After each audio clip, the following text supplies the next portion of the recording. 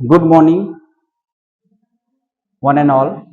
आज हम पढ़ेंगे। हमने आपको बताया था कि हम कहाँ तक हमने इनवलप पढ़ लिया था ना, इनवलप हमने पढ़ लिया था। अब हम पढ़ेंगे सेल वॉल ऑफ बैक्टीरिया। तो देख लीजिएगा, cell wall bacteria, gram positive bacteria और ग्राम नेगेटिव बैक्टीरिया, दोनों में किस हिसाब का सेल वॉल पाया जाता है। अभी हम आगे आपको बताएंगे ग्राम पॉजिटिव क्या होता है, ग्राम नेगेटिव क्या होता है। इसकी जो ग्राम पॉजिटिव का जो सेल वॉल होता है, ग्राम पॉजिटिव बैक्टीरिया का जो सेल वॉल होता है वो थिक होता है, लगभग 20 से लेकर के 80 नैनोमीटर इसकी क्या होती है, थिकनेस होती है। क्या होती है? थिकनेस होती है। याद रखेंगे ये क्या होता है, सिंगल लेयर्ड होते हैं, ठीक। और पेप्टाइडोग्लाइकेन का बना होता है, जो कि इसमें 80 से लेकर के 85% पाया जाता है। लिपोपॉलीसैकेराइड होता है, ठीक है ना, लेस या एब्सेंट होता है।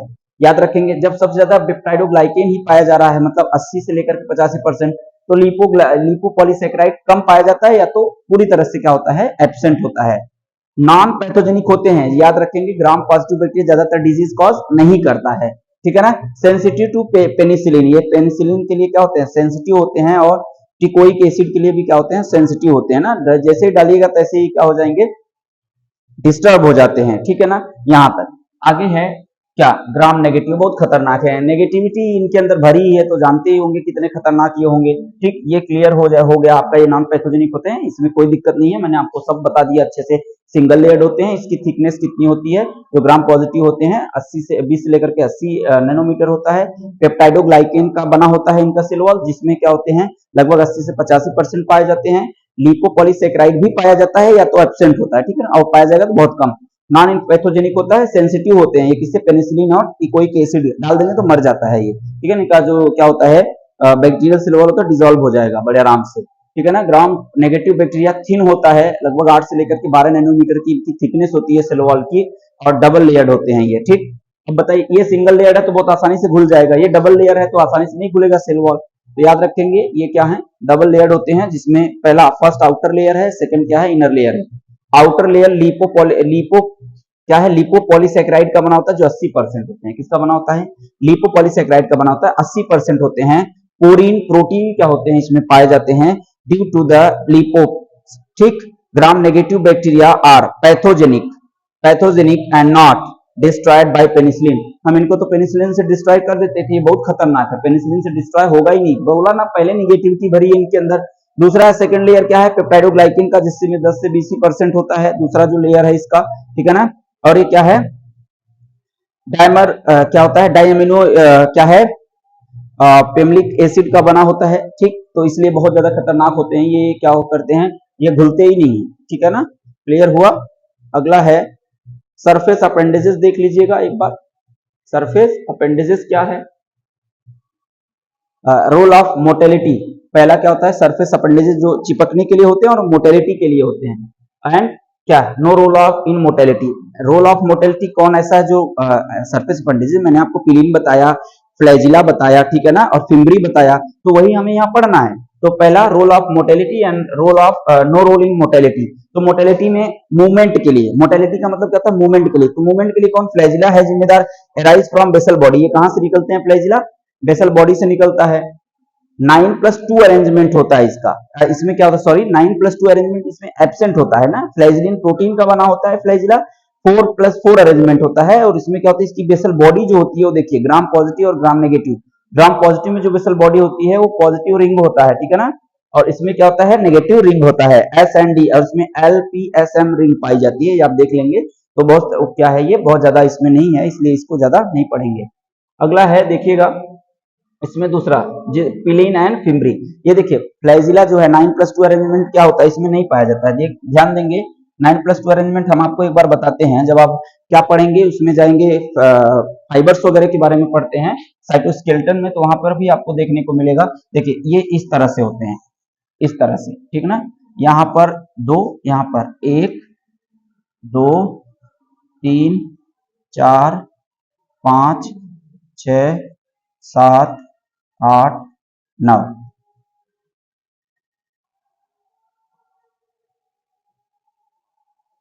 इस तरह से, ठीक। ये क्या है, 9+2 अरेंजमेंट, लेकिन ये किसमें नहीं पाया जाता, ध्यान देंगे, ये इसमें नहीं होता, किसमें, फ्लैजिला में नहीं होता, इसमें 4+4 अरेंजमेंट होता है। लेकिन अभी इसमें देखेंगे ना, तो आगे देखिए, चलिए इधर पिलिन एंड फिम्बरी। मैंने आपको बताया 3 होते हैं, एक हो गया फ्लैजिला, फिम्बरी एंड क्या होगा, पिली। तो फिम्बरी और पिली जो होते हैं ये इनका 2 काम होता है। ये क्या होते हैं, लार्जर पिली या सेक्स पिली बोलते हैं, जो कि पिलिन प्रोटीन का बना होता है। कॉन्जुगेशन ट्यूब बनाते हैं कब, ये कॉन्जुगेशन ट्यूब बनाएंगे ड्यूरिंग द कॉन्जुगेशन, जब हम पढ़ेंगे रिकॉम्बिनेंट क्या रिकॉम्बिनेशन इन इसमें होता है। देखिए वो इस टाइम देखिए दिमाग में है लेकिन आ नहीं रहा है। जब रिप्रोडक्शन पढ़ेंगे तो रिप्रोडक्शन तो होता नहीं, क्योंकि इसमें मेल एंड फीमेल नहीं होता है, पॉजिटिव नेगेटिव होता है। तो वही जब पढ़ने लगेंगे कॉन्जुगेशन ट्रांसडक्शन, तो कॉन्जुगेशन में कॉन्जुगेशन ट्यूब बनाता है जिससे जेनेटिक मटेरियल का ट्रांसफर हो जाए इस पार से उस पार, मतलब पॉजिटिव टू नेगेटिव। ठीक, स्मॉलेस्ट या इन्फेक्शियस पीली होते हैं 2 तरह का होता है। एक तो सेक्स पीली होता है जो क्या करते हैं, ट्रांसफर ऑफ जेनेटिक मटेरियल, क्योंकि इसमें मेल एंड फीमेल नहीं होता तो जेनेटिक मटेरियल का ही ट्रांसफर होगा। और इसमें क्या होता है, एक इन्फेक्शियस होता है या उसको फिम्बरी भी कहते हैं, इन्फेक्शियस इन्फेक्टिव स्मॉलर या क्या इन्फेक्टिव पिली या फिर उसको फिम्बरी कहते हैं। इसमें क्या फिम्बरिन प्रोटीन का बना होता है, ये role in the attachment to substratum, ये अटैचमेंट से क्या करते हैं, अटैच करवाते हैं। यहां तक क्लियर। अगला है ब्लू ग्रीन एल्गी ऑफ, ये तो छोड़ दिए। देखिए मीजोसोम इसमें पाया जाता है, बैक्टीरिया में क्या पाया जाता है, साइटोप्लाज्मिक कंटेंट हम पढ़ेंगे। क्या पढ़ेंगे, साइटोप्लाज्मिक कंटेंट। एक बार पहले साइटोप्लाज्मिक कंटेंट में हम क्या पढ़ेंगे, मीजोसोम। क्या पढ़ेंगे, मीजोसोम। बैक्टीरिया का मैंने आपको जब स्ट्रक्चर बनाया था तो बैक्टीरिया में हमने आपको ये इस तरह की चीजें दिखाई थी। किस तरह की चीजें, 1 मिनट हम आपको दिखा रहे हैं। तो मैंने आपको बताया था इस तरह का कुछ, इस तरह का कुछ बनाया था। अब इसमें मैंने आपको बोला था कि ये डबल लेयर्ड है, तो इसमें कुछ इस तरह का, इसमें क्या होता है, इनफोल्डिंग होता है। इसमें क्या होता है, इस तरह का इनफोल्डिंग होता है। इसी को हम क्या बोलते हैं, मीजोसोम कहते हैं। मैंने आपको बताया ये होमोलॉगस होता है। किसके होमोलॉगस होता है, ये होमोलॉगस होता है किसके, माइटोकॉन्ड्रिया। किसके होमोलॉगस होता है, माइटोकॉन्ड्रिया के। तो चलिए इसी के बारे में हमें यहाँ पर पढ़ना है, ध्यान दीजिएगा। मीजोसोम क्या है, मीजोसोम ब्लू ग्रीन एल्गी में, ठीक है ना, वो तो मिट गया है, हम आपको बता देंगे वो, ठीक है ना। मीजोसोम क्या है, ये इनफोल्डिंग होता है, इनफोल्डिंग। इनफोल्डिंग का मतलब अंदर की तरह मुड़ा हुआ, ऑफ प्लाज्मा मेम्ब्रेन। क्या कोई आपसे पूछे व्हाट इज मीजोसोम, तो बोलेंगे mesosome is a infolding of plasma membrane in the bacterial cell, plasma membrane in the bacterial cell analogous to eukaryotic mitochondria. Mitochondria क्योंकि वहां पर भी क्या होते हैं, रेस्पिरेटरी एंजाइम पाए जाते हैं, यहाँ पर भी रेस्पिरेटरी एंजाइम पाए जाते हैं। ये क्या कंटेन करता है, वहां पर वो क्या कंटेन करता है, माइटोकॉन्ड्रिया क्या कंटेन करता है, जो माइटोकॉन्ड्रिया कंटेन करता है वो ये ईटीएस, इलेक्ट्रॉन ट्रांसपोर्ट चेन, इसमें भी चलता है। और माइटोकॉन्ड्रिया में भी इलेक्ट्रॉन ट्रांसपोर्ट चेन चलता है। जब हम आपको क्या पढ़ाएंगे, जब हम आपको पढ़ाएंगे वहां पर किसके बारे में, रेस्पिरेशन इन प्लांट, तो वहां पर बताएंगे। Increase surface area for DNA replication, बहुत इंपॉर्टेंट। क्या करता है, ये डीएनए के रेप्लिकेशन के लिए सरफेस एरिया को बढ़ा देता है ताकि डीएनए रेप्लिकेशन अच्छे से हो सके। सिक्रीशन एंड सेल डिवीजन, ये क्या करते हैं, जैसे मान लीजिए यहाँ हुआ ना, अब यही सोचिए ये आकर के यहाँ मिल जाए या फिर ये आकर के यहाँ मिल जाए, तो 2 सेल हो गए, एक ये पूरा हो गया और एक ये पूरा हो गया। तो इसका काम बहुत अच्छे से आपको समझ में आ गया। इसका जेनेटिक मटेरियल के बारे में देखते हैं। इसका मेन जीनोम क्या होता है, इसका मेन जीनोम जो जेनेटिक मटेरियल है इसका, हम बोल रहे हैं ना साइटोप्लाज्मिक कंटेंट के बारे में, साइटोप्लाज्म के अंदर क्या है हमें वो पढ़ना है, क्लियर। तो देखिएगा इसके जो साइटोप्लाज्मिक मेम्ब्रेन मेन जीनोम होता है इसका जेनेटिक मटेरियल में, सर्कुलर डबल स्ट्रैंडेड डीएनए होते हैं। कैसे होते हैं, सर्कुलर डबल स्ट्रैंडेड डीएनए, ठीक, सर्कुलर डबल स्ट्रैंडेड डीएनए होते हैं। ये बात क्लियर हुआ। नेकेड होता है, मतलब इसमें क्या होते हैं, हिस्टोन प्रोटीन पूरी तरह से एब्सेंट होता है। हिस्टोन प्रोटीन कहां पाया जाता है, हिस्टोन प्रोटीन सिर्फ यूकैरियोटिक सेल्स में पाए जाते हैं जो कि क्रोमोसोम के फॉर्मेशन में हेल्प करते हैं, ये बात याद रखिएगा, ठीक। और क्या होते हैं, इसको हम न्यूक्लियाइड कहते हैं या जीनोफोर कहते हैं, याद रखेंगे। हम न्यूक्लिक कहते हैं, न्यूक्लिक एसिड कहते हैं या न्यूक्लियस कहते हैं, यहाँ पर न्यूक्लियाइड होता है क्योंकि न्यूक्लियस कहते हैं जब जेनेटिक मटेरियल, हिस्टोन प्रोटीन, ये सब न्यूक्लियर मेम्ब्रेन के साथ जुड़ा होता है या सॉरी घिरा होता है, तो उसको आप क्या बोलते हैं, उसको आप बोलते हैं कि ये क्या है, न्यूक्लियस है। लेकिन यहाँ पर ना तो क्या है, कोई मेम्ब्रेन पाया जा रहा है जेनेटिक मटेरियल को घेरे हुए, और ना ही क्या पाया जा रहा है, हिस्टोन प्रोटीन पाया जाता है। इसलिए क्या है, प्रिमिटिव टाइप का न्यूक्लियस है।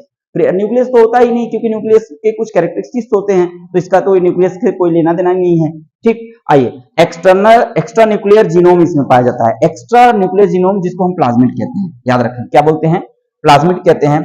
सर्कुलर होता है, डबल स्ट्रैंडेड होता है। ऑटोनॉमसली क्या होता है, सेल्फ रेप्लिकेटेड, इसके पास ये क्षमता होती है। ध्यान दीजिएगा, मान लीजिए ये क्या है, एक डीएनए, सॉरी डीएनए नहीं, ये बनाते हैं, ये क्या है, एक बैक्टीरिया है, क्या है, एक बैक्टीरिया है। तो बैक्टीरिया का एक खुद का क्या होगा, एक खुद का क्या होगा, जेनेटिक मटेरियल होगा। इसके अलावा इसके अलावा बैक्टीरिया में एक ऐसे राउंडेड क्या होते हैं, राउंडेड एक और एक्स्ट्रा जेनेटिक मटेरियल कहते हैं जो कि प्लाज्मिड होता है। इस प्लाज्मिड का यूज कहां होता है, रिकॉम्बिनेंट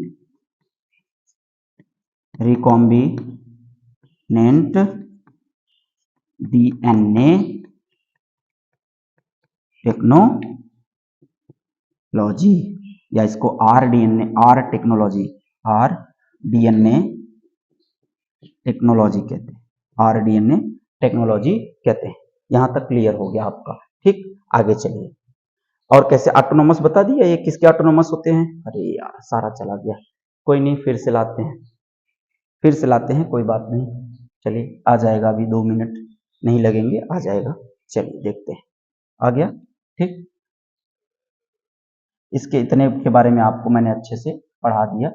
आगे देखिएगा, ऑटोनोमस होते हैं राइबोसोम के बारे में देखिएगा। बैक्टीरियल सेल में कई प्रकार के राइबोसोम होते हैं, ध्यान दीजिएगा। इसमें क्या होता है, 70S टाइप का राइबोसोम होता है, जिसमें क्या है, इसमें स्ट्रासबर्ग यूनिट होता है, 50S एंड 30S सब यूनिट इसमें पाए जाते हैं। जो इसका बड़ा वाला सब यूनिट होता है, एक बड़ा सब यूनिट होता है, एक छोटा सब यूनिट होता है, ठीक। 70S में क्या होते हैं, एक 70S में क्या होता है, 70S में एक बड़ा सब यूनिट होता है, एक छोटा सब यूनिट होता है। जो बड़ा सब यूनिट है उसको 50S और जो छोटा यूनिट है उसको 30S कहते हैं। इसको जोड़िएगा नहीं, जोड़ने के लिए नहीं है, ठीक है ना। जब सेंट्रीफ्यूगल फोर्स इसमें लगाया जाता है तो जिस फोर्स से ये सेटल डाउन होता है वही इसका ये है, ठीक। एक छोटा और एक बड़ा होता है। यहाँ तक क्लियर हो गया, याद रखेंगे। पॉलीराइबोसोम भी इसको कहते हैं, इसको क्या बोलते हैं, पॉलीराइबोसोम। इंक्लूजन बॉडी एक पाया जाता है, नॉन मेम्ब्रेनस स्ट्रक्चर होता है, जो स्टोर क्या है, क्या है, फूड मटेरियल है, स्टोर्ड फूड मटेरियल है। कैसे, फास्फोग्रेन्यूल्स होते हैं, या ग्लाइकोजन या फिर ग्रेन्यूल्स का बना होता है, ठीक है ना। फास्फेट क्या है, ग्रेन्यूल्स है, या फिर ग्लाइकोजन ग्रेन्यूल्स है, ठीक है ना। गैस वैक्यूल पाया जाता है इन ब्लू ग्रीन एल्गी में, प्रोवाइड बयांसी, उनको तैरने के लिए, ब्लू ग्रीन एल्गी को तैरने के लिए उनको क्या करता है, बयांसी प्रोवाइड कर। सल्फर पर्पल बैक्टीरिया में ये पाए जाते हैं, ब्लू ग्रीन एल्गी को बोला जाता है ग्राम स्टेनिंग। ये देखिएगा थोड़ा सा, ग्राम स्टेनिंग क्या होता है। ग्राम स्टेनिंग एक साइंटिस्ट हैं जिनके द्वारा दिया गया, गिवन बाय क्रिश्चियन ग्राम, ठीक। कब, 1884 में। कब दिया गया, 1884 में, ठीक है ना। ये कब दिया गया, 1884 में। क्या किया गया, बैक्टीरिया को लिया और स्टेन किया विथ क्रिस्टल वायलेट से स्टेन किया। जब इन्होंने बैक्टीरिया को क्रिस्टल वायलेट से स्टेन किया ना, तो उसको इन्होंने नाम दिया, क्या, प्राइमरी स्टेन। क्या नाम दिया, ध्यान से सुनिएगा बहुत अच्छे से। मैंने आपको बताया ना, gram positive gram negative bacteria क्या होते हैं, यही हम आपको समझा रहे हैं।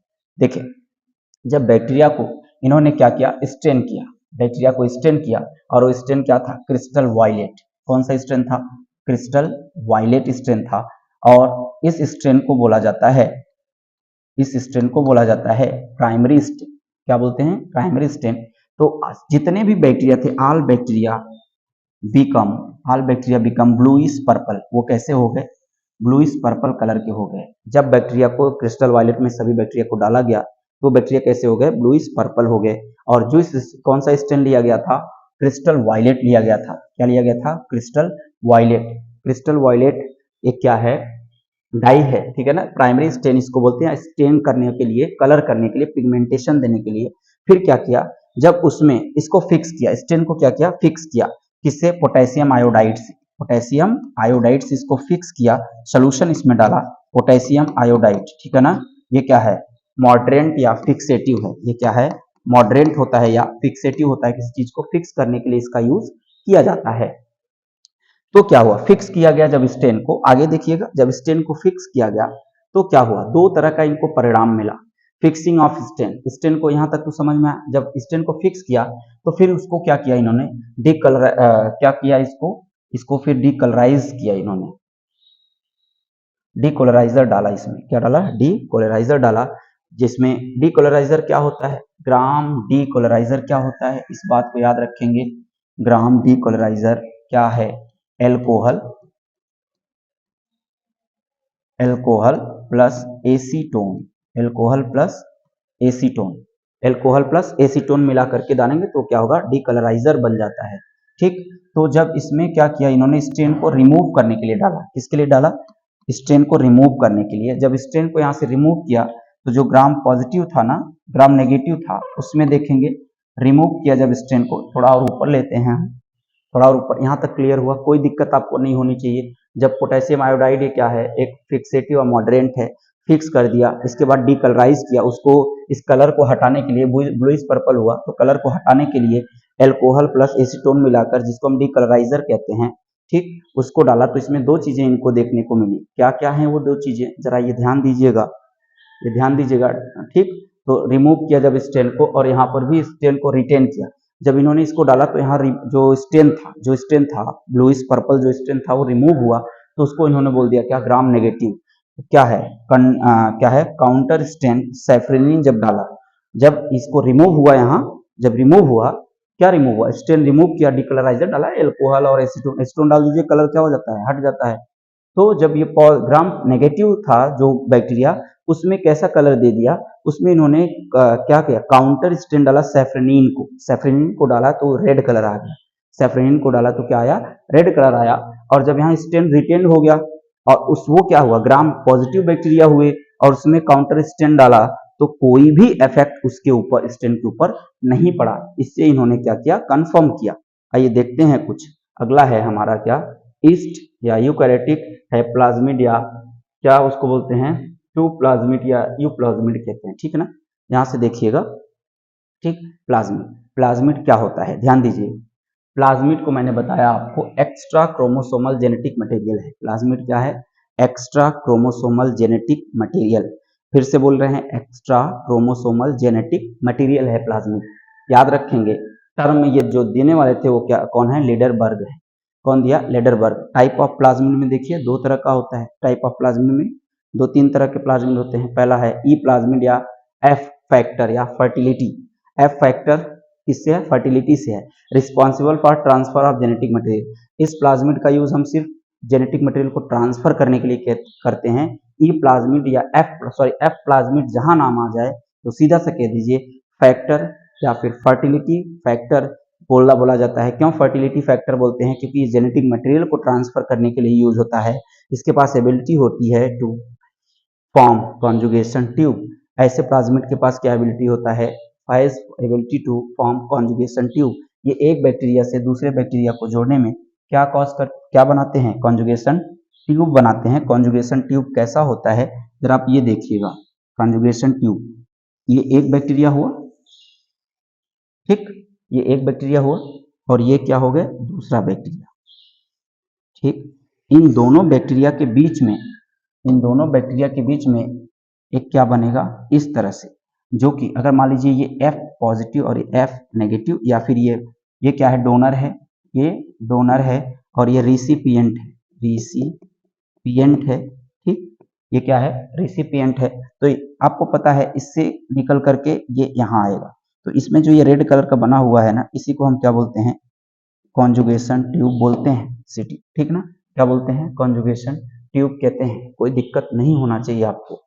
आर प्लाज्मिड या आर फैक्टर, जिसको हम रेस्ट्रिक्शन फैक्टर कहते हैं, प्रोवाइड रेस्ट्रिक्शन अगेंस्ट, यहाँ मिट गया है, हम आपको इसको बता देंगे, ठीक है ना। किसी भी क्या होते हैं जो डिफरेंट टाइप्स के फैक्टर्स होते हैं, उससे क्या करता है, ये रेस्ट्रिक्शन प्रोवाइड करता है। अगला है आपका कोल प्लाज्मिड और सिफेलोजेनिक फैक्टर। सी का मतलब है कोल, तो क्या है, कोलिसिनोजेनिक फैक्टर, इसको क्या बोलते हैं, कोलिसिन जो होता है ना, विच किल अदर बैक्टीरिया, जो कि क्या करते हैं, ये बैक्टीरिया के अदर, हम कोलिसिन का यूज करते हैं, तो कोलिसिन क्या करता है, कोलिसिन बैक्टीरिया को किल करता है। तो हम उसको लिए, जैसे हार्मफुल बैक्टीरिया है तो उसके लिए हमें कुछ बनाना है, तो हम क्या करेंगे, रिकॉम्बिनेंट डीएनए टेक्नोलॉजी में इस फैक्टर का यूज करेंगे, मतलब इस प्रकार के प्लाज्मिड का। अगला है वीर प्लाज्मिड या फिर वायरुलेंट प्लाज्मिड। वीर का मतलब होता है virulent, pathogenicity to other host, ये अदर होस्ट के लिए क्या करते हैं, पैथोजेनिक होते हैं, ठीक है ना। एग्जांपल है TI plasmid of agrobacterium tumefaciens, ठीक है ना। क्राउन, ये क्या है, कास क्राउन डिजीज इन डाइकॉट में क्राउन डिजीज क्या करता है, कॉज करता है। आपने देखा होगा प्लांट में कुछ ट्यूमर लाइक स्ट्रक्चर निकल आते हैं, प्लांट में क्या होता है, कुछ ट्यूमर लाइक स्ट्रक्चर निकल आते हैं। ट्यूमर लाइक स्ट्रक्चर, मान लीजिए ये प्लांट का स्टेम है, ठीक, ये प्लांट का क्या है, स्टेम है, तो आप देखेंगे ये इस तरह से क्या होते हैं, ट्यूमर निकल आते हैं। इसको क्राउन गॉल डिजीज कहते हैं, किसका, डाइकोटिलिडनस में ही होता है। इसको एक नाम और देते हैं क्या, also called genetic engineer, natural genetic engineer कहा जाता है एग्रोबैक्टीरियम ट्यूमिफेसियंस को। एग्रोबैक्टीरियम ट्यूमिफेसियंस को नेचुरल जेनेटिक इंजीनियर कहा जाता है। क्यों कहा जाता है, क्योंकि इसमें क्या होते हैं, टीआई जो टी डीएनए होता है वो ट्रांसफर डीएनए होता है ऑक्सिन एंड साइटोकाइनिन के लिए, और क्या करते हैं, प्रोड्यूस करता है जीन। ऑक्सिन और साइटोकाइनिन, इसमें क्या होता है, एक टी डीएनए होता है जो कि ट्रांसफर डीएनए है, जो कि क्या करता है, ऑक्सिन और साइटोकाइनिन प्रोड्यूस करता है, ये जीन है। ठीक, टी क्या है, एक जीन है जो कि क्या प्रोड्यूस करता है, ऑक्सिन और साइटोकाइनिन। और आपको पता है auxin and cytokinin cell division के लिए यूजफुल है। ऑक्सिन और साइटोकाइनिन ये क्या है, फाइटो हार्मोन्स है, जो कि किसके लिए जरूरी है, ये जरूरी है आपके, किसके लिए ये जरूरी है, आपके सेल डिवीजन के लिए, साइटोकाइनिन और ऑक्सिन। तो साइटोकाइनिन और ऑक्सिन बनाने वाले जो टी जीन है वो इसके अंदर पाया जाता है, जो रिलीज करता है साइटोकाइनिन और ऑक्सिन, ठीक, जो कि सेल को डिवाइड करते हैं। और ट्यूमर का मतलब ही होता है undifferentiated mass of cell, undifferentiated mass of cell, जिसमें सेल क्या कैलस भी बोलते हैं। Undifferentiated mass of cell is called callus. तो ये इसमें क्या होता है, सेल्स के बहुत सारे क्या होते हैं, इस तरह से पैचेस बन जाते हैं। इसमें बताइए आप किसी भी सेल्स को क्या कर सकते हैं, निकाल कर देख सकते हैं कि इसमें अनडिफरेंशिएटेड है ना, ये अलग अलग है सेल, डिफरेंशिएट है सेल नहीं, इसलिए इसको क्या बोलते हैं, कैलस कहते हैं। इसको क्या बोलते हैं, कैलस। यहां तक आपका क्लियर हुआ। आगे चलिए, nutrition in bacteria, nutrition in bacteria. देखिए, autotrophic mode of nutrition and heterotrophic mode of nutrition, दो तरह का बैक्टीरिया होता है। बैक्टीरिया में न्यूट्रिशन दो तरह के होते हैं, autotrophic mode of nutrition and heterotrophic mode of nutrition. तो ध्यान दीजिएगा, ऑटोट्रॉपिक मोड ऑफ न्यूट्रिशन क्या है, ठीक, यहां से देखिए, ऑटोट्रॉपिक मोड ऑफ न्यूट्रिशन में photo autotrophs and chemo autotrophs. आपको पता है फोटो ऑटोट्रॉप्स में ऐसे बैक्टीरिया जो कि फोटोसिंथेसिस करते हैं, जैसे ब्लू ग्रीन एल्गी, आपको पता है, ठीक। कीमो ऑटोट्रॉप्स में भी तो बहुत सारे आते हैं, जैसे पर्पल सल्फर बैक्टीरिया हो गया, बेगिया टोआ वगैरह, ये सब क्या है, कीमो ऑटोट्रॉप्स। बहुत ज्यादा इसमें नहीं ध्यान देना है, जो मैंने आपको इंपॉर्टेंट बताते चले जाएंगे, ठीक है ना। और इसमें देखिए दूसरा है हेटेरोट्रॉप्स, ये इंपॉर्टेंट है, ये ध्यान रखिएगा। ये क्या है, न्यूट्रिशन, जैसे parasitic, depend on other animals, depend on other animals.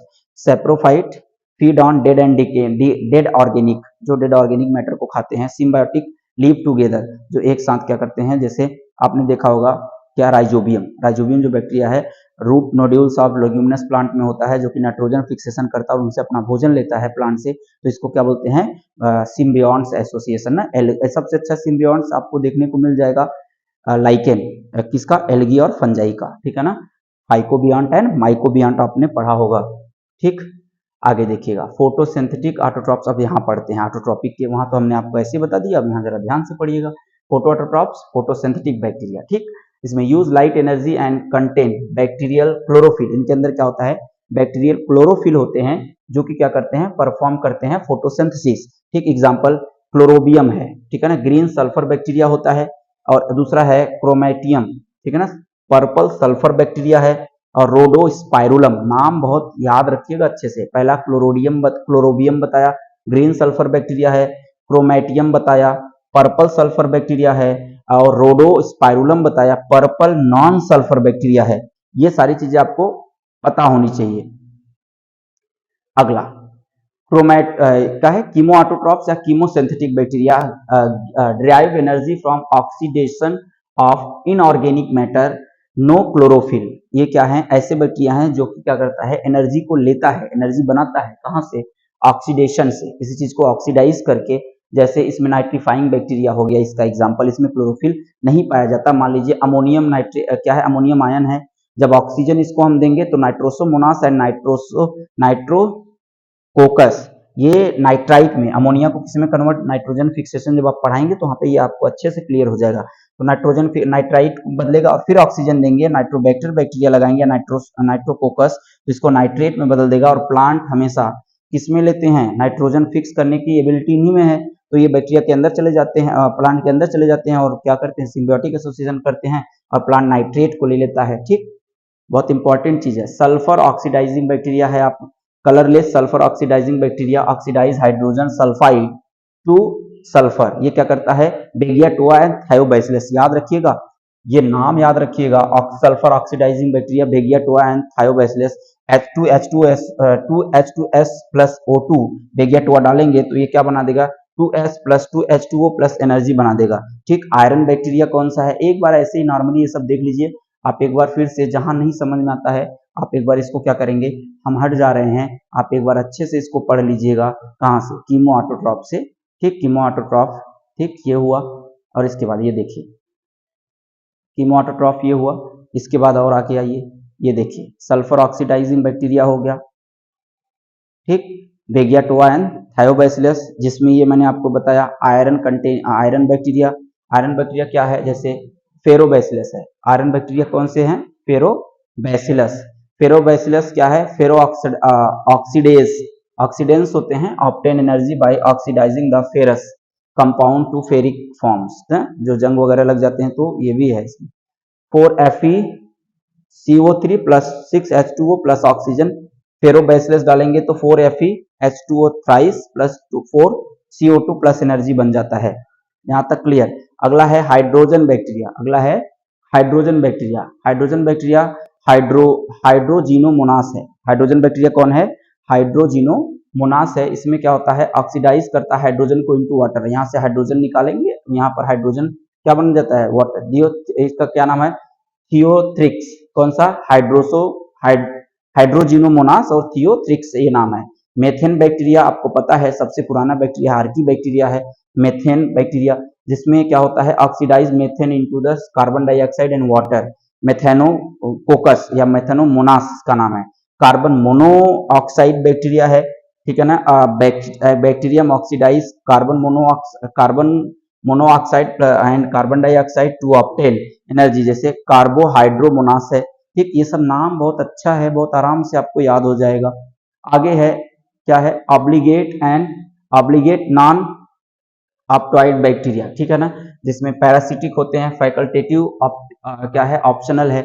यहाँ पर नॉन क्या है, ऑब्लिगेट है लेकिन नॉन ऑप्शनल है, इनके पास ऑप्शन नहीं, ऑब्लिगेट तो है, पैरासिटिक तो है, लेकिन अगर ऑब्लिगेट पैरासाइट है तो उनके पास कोई ऑप्शन नहीं है। अगर क्या हुआ, जैसे मान लीजिए कोई बैक्टीरिया है जो किसी के ऊपर रह रहा है, तो ठीक है, ऐसा नहीं कि कोई ये नहीं है तो किसी और के ऊपर रह के हम जिंदा, नहीं, इनके पास ऑप्शन नहीं है।